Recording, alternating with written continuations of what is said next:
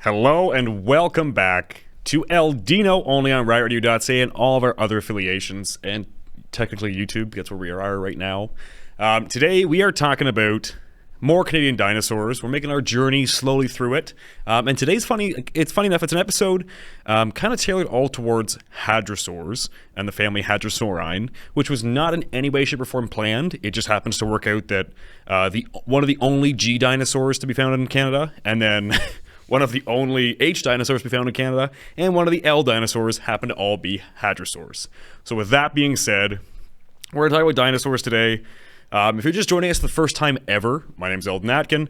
I talk all things dinosaurs. Big dinosaur guy. I wear the jacket, and I have a big foam head, so it kind of just is who I am. And today we're going to talk about dinosaurs. I'm really excited for it. So, in some sad news, the one website that I always go to get information, Prehistoric Wildlife, is for some reason not there anymore. So I got some workarounds, but for some reason this poor website's not there. So I kind of want to know what happened. But yeah, with that being said, jump into it. So we're talking about Gryposaurus, which name means hook-nosed lizard. Hook-nosed lizard, when we get into it, you'll see kind of why it's called hook-nosed lizard. It's a pretty cool dinosaur. I took a lot of information from Prehistoric Wildlife, YouTube, I Know Dino, another podcast that does all kinds of dinosaur stuff. They did Gryposaurus as their dinosaur of the day years ago, so I used some of that information.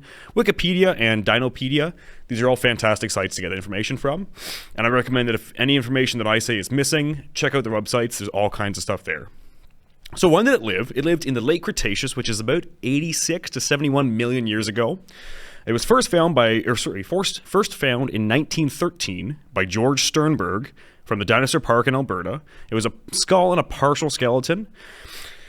Now, Barnum Brown had discovered a partial skull in New Mexico in 1910, but without the prominent nose. And the entire dinosaur, you don't really know it's the same dinosaur without that big nose on it. And when I say nose, you'll see later what I'm talking about, but like it's a big hollowed out spot on its where a nose would be. So he named it Crytosaurus novagensia, or something around that name. There's a couple other ones. He said it resembled an Titan, which is now known as Edmontosaurus, which we talked about before. Edmontosaurus is another well-known hadrosaur. But then come 1914, Lawrence Lamb finally named it Gryposaurus. Now, it's named after that hooked kind of nose to it, and in some strange cases, it's actually called Gryphosaurus or Gryphosaurus, which translates to griffin lizard, which is also kind of strange because if you look at early, like Protoceratops, that's what we think inspired griffins, is a Protoceratops skull with the beak and the head crest. So we're not entirely sure. Kind of just works out though. So some synonyms for the dinosaur, because it's been around for a long time. Hadrosaurus, Hadrosaurus notabilis, Crytosaurus incurvimanus, Crytosaurus notabilis. A lot of different ones. Three notable members of the species being Gryposaurus notabilis, Gryposaurus latidens, and monumentus. So it was found Dinosaur National Park, as I said, and in Montana, which is interesting to say the least, at the Two Medicine Formation, and it was found in Utah as well, at the Kaiparowits Formation. I realized that I actually didn't write down the size, but we'll just show a picture of its size so I can look at that too. So it's a big one. It's not a huge one by any means. It's about 9 meters long, which is roughly 26 feet, and about, I think that's 3 meters tall approximately. That's fantastic. So not a giant hadrosaur by any means, but still a very large dinosaur to say the least. Now, Gryposaurus was used for a long time as well to kind of as a description for some hadrosaurs with similar features. So I think of a picture of a skull. Now the skull shows this very large kind of nasal spot on it. And the skull alone is what a lot of the hadrosaurs are named after, is this big kind of like rounded spot at the end of the muzzle or the mouth. Yeah, I think it's really cool. So it belonged to the family Saurolophine hadrosaurs, so like Parasaurolophus, which are known for their elaborate head crests. But instead of this head crest, this guy had a big schnoz. Big, like, I don't even know what you call it. Like, it's just a big, like, bone spot. So, like, it had a hollow spot in its face. You can kind of see it where it's like a beak that ends. It's a funny looking dinosaur. And the first skull was found without that at all. So it looked like a completely different dinosaur. I also have a picture of, I think his name is Krond or something. Have you ever seen the movie Dinosaur? One of the iguanodons has the same thing. It's not Gryposaurus, but I thought it looked kind of cool, so I think that's interesting to say the least. Now, like many of the hadrosaurs, it's thought that Gryposaurus would have lived near floodplains, so it would have eaten water plants. But now, looking at its dentition, so its teeth, and kind of how it would have, where we think it would have survived, we think that it had a more varied diet based on, again, dentition and kind of what we found in it. Another advantage that Gryposaurus had over other hadrosaurs is that it was a bit lighter, so it could shift from a bipedal to a quadrupedal stance, allowing it movement, reach up higher to grab plants, things like that, and a better view of the surroundings as well. Because that's when you're being, preyed on by Tyrannosaurus Rex, you kind of want to know what's going on there. So that is Gryposaurus. Gryposaurus, kind of cool. Our first hadrosaur of the day. Next up is Hypacrosaurus, which name means near the highest lizard. This one's got a crazy history because it's an older dinosaur, and its name alone has a story to be told. So it was discovered by Barnum Brown in 1910, and then was named in 1923. Its name means near the highest lizard, which comes from the fact that it was one of the largest dinosaurs in Cretaceous Canada at the time, not being a sauropod, but being a hadrosaur, with the highest lizard being Tyrannosaurus Rex, which is really cool. And we know for a fact that Tyrannosaurus Rex would have preyed upon Hypacrosaurus, which when you think of the largest predator, one of the largest predators to live in North America ever, preying on this dinosaur, it's really cool. We know that Tyrannosaurs, like T-Rex, Albertosaurus, and possibly Displetosaurus, preyed on hadrosaurs like Edmontosaurus. In addition to this, an individual was found with a huge bite taken out of its back. It was an Edmontosaurus, but it had a huge bite out of its back.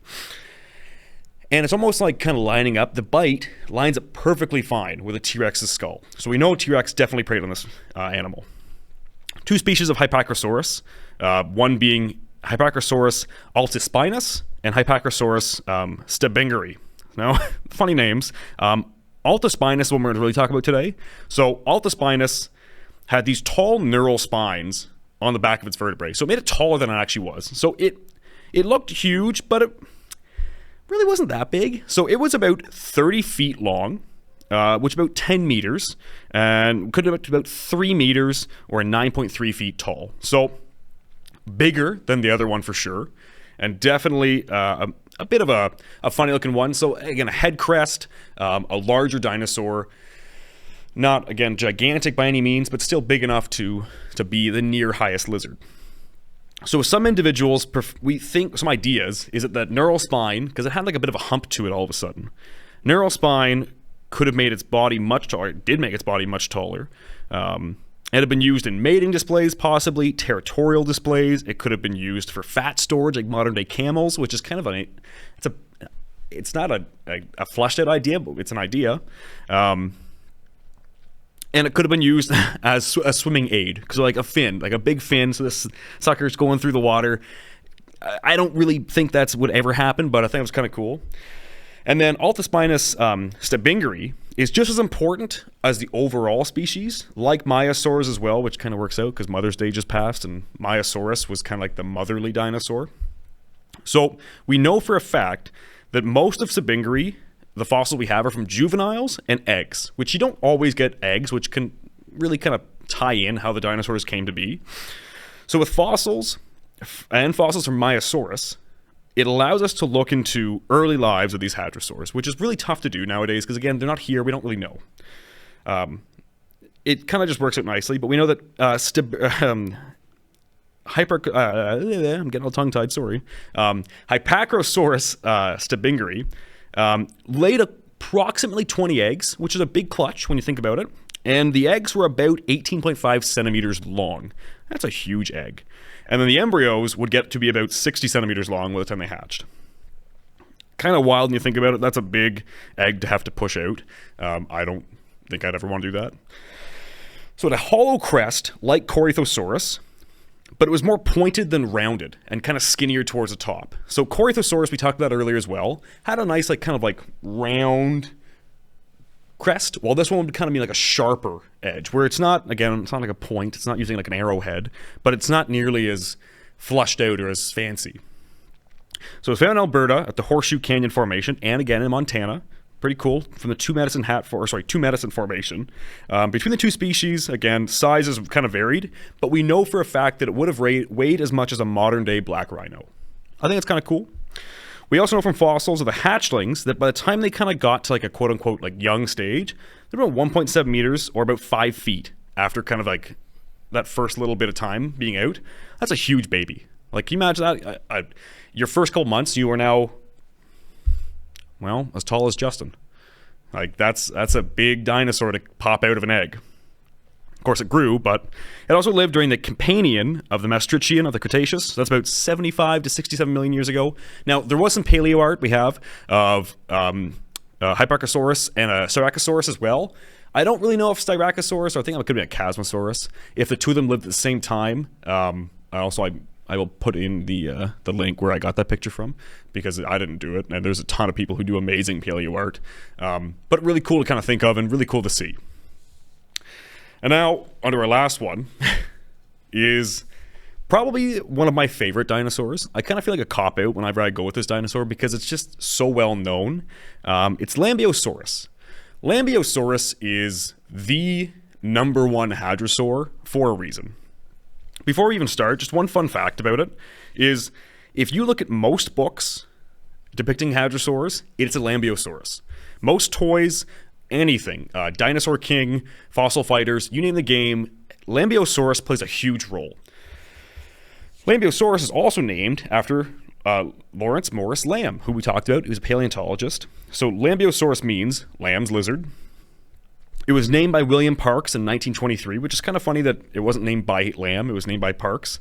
There are 2 for sure species of Lambeosaurus, and possibly one other one, and there was a kind of a 4th, but the 4th it's not really there anymore. So the 2 recognized species are so Lambeosaurus lambea and Lambeosaurus magnicristatus, or cristatus, something like that. While the species, like the 3rd species is not 100% recognized, would be Lambeosaurus possidens. And then there was a 4th one, which I had to read through multiple different articles to kind of figure out where this 4th species came in, which was called Lambeosaurus laticautus, which was then renamed to Magnipolia in in 2012. So this 4th dinosaur apparently was in California.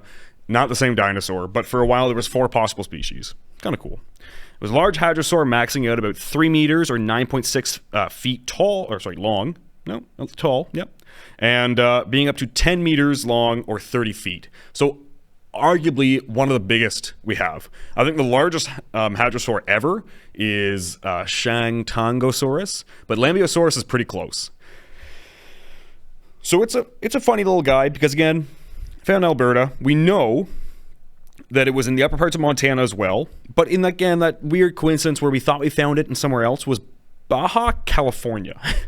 So for a while, Baja Blast was Lambeosaurus classic, but now it's really not. And it's not even nearly as long as we thought it was. Because Baja is not where it came from. So that's a little funny thing, I think. So like other Lambeosauran hadrosaurs, Lambeosaurus had a beautiful crest. And when you look at a picture of its head, it looks pretty wacky. Now, they call it hatchet-shaped or axe-shaped. What it actually is, or why it's called that, is because the blade-like part of the head there looks like a hatchet or an axe, but then it also has a protrusion at the back of the skull. Now, the protrusion at the back of the skull is almost like a bony-like crest or bony-like spike that comes at the back that looks a bit like a handle. So it actually was, the handle itself was solid, while the bony crest was hollow. So the crest is hollow, but the spike at the back of the head was like a solid handle. So it did look like it had a little axe on its head. I'm kind of repeating myself when I say this as well, because all hadrosaurs are really unique. And the question is, why do you have the crest? What's the crest going to do? What does it change? Having the crest, though, it can do a lot of stuff. having a crest can really change pretty much everything for the dinosaur. It can be used as mating displays. It can be used as an intimidation. It can be used for a lot of different things. And for some reason, one of the funniest ideas they had for these crests was that it was used as a snorkel. So the thought is, since it's hollow, the thought was that it could be a snorkel or like an air chamber. So that it would trap air, so that when it went underwater, it would have a built-in snorkel through its head. Doesn't really make a lot of sense. There are a couple issues with this idea. One being, Lambeosaurus didn't live in the water. It lived around water, but it wasn't swimming around like a fish. And it also, it would have to have like holes to its nasal passage somehow. It would have to have an ability to close its crest so it wouldn't be, letting water into the crest. It doesn't make a lot of sense, unfortunately, but it is a really cool idea. Another idea is that there was pockets of organs in this, or like small organs in its crest that would have been able to store salt, like some modern day animals that have like salt storage organs. Also, probably not. Cool idea though. Classic thing, as I said though, sexual dimorphism, showing off who you are, displaying who you are. Most hadrosaurs lived around other hadrosaurs, not of the same family. So when you're a hadrosaur, you're a Corythosaurus, and you're like, hey, I'm looking for a mate, trying to find out, who's in the area, and you see this crest. If it doesn't look like the crest of your species, you're like, nah, that's not for me. That's not mine. So then that way you don't have to like have that awkward song and dance where you're like, wait a minute, we're not compatible. Oops. Takes the dating right out of it. You just gotta look at your head crest and be like, we match, we're good. Could also be show the health as well. Maybe an older or sicker individual would not have nearly as vibrant. And we know the crests grew with age. So younger Lambeosaurs would have had smaller crests that would have grown as they got older. So if you're looking for a date and you're like, wait, that crest is a little too small, that's never going to have that active conversation. That's never going to be an issue. You're like, big crest, I know how old you are, you're good. So that's the nice thing about it. Less awkward times. We also know that Lambeosaurus was big. It was heavy. So it was not one of the biggest, but like up there. It was quadrupedal most of the time. That's a big dinosaur. And if you look at the feet at the front, they're much different than the feet at the back. So it's lost a couple digits, and those couple digits make sense. It probably could have supported itself on its hind legs while leaning up against something. So if it rocked backwards on its back legs, it could have used its front legs to support itself against something. Maybe a tree, maybe some sort of rocky outcropping to reach higher up, but it would have given it that reach that it wouldn't always have. The feet and the hands, when I call them, are missing. I think they had 4 digits, so it's like kind of like that, but it's missing most of them, so it kind of breaks. Actually, I'll do it like this. So then you can kind of support yourself easier. Kind of cool, I thought. We know that it shared its habitat with Corythosaurus, but also it might not have. It could have been the reason why Corythosaurus is gone, where Corythosaurus could have been kind of dying off, maybe getting outcompeted, and Lambeosaurus are coming in and being like, hey, this is our spot, and then Corythosaurus went extinct. We know they were in around Chasmosaurus, Centrosaurus, Edmontonia, Europocephalus, which I've all talked about. So if you want to learn about those, go watch some older episodes. It's pretty wild to think that all these Canadian dinosaurs lived around each other at such. Of course, they lived at the same time, but it's really unique to think that we have wolves and bears, and depending on where you are, muskox and deer and mountain goats. But at the same time, you had an ecosystem that had Displatosaurus, Albertosaurus, Edmontonia, Europocephalus, all these crazy big dinosaurs, these animals that would have ruled the land, and now we don't have them at all. So that's pretty much it for what I have to talk about today. I hope you enjoyed today. It was, again, Hadrosaur Hour. So if you like hadrosaurs, we were here for it. It was a great episode. Thank you, as always, for everyone behind the scenes, because I couldn't do it without you guys. Thanks to my viewers. And I will catch you next time when I talk about more dinosaurs. I have no idea when that'll be. But until then, thanks for watching, and have a great day.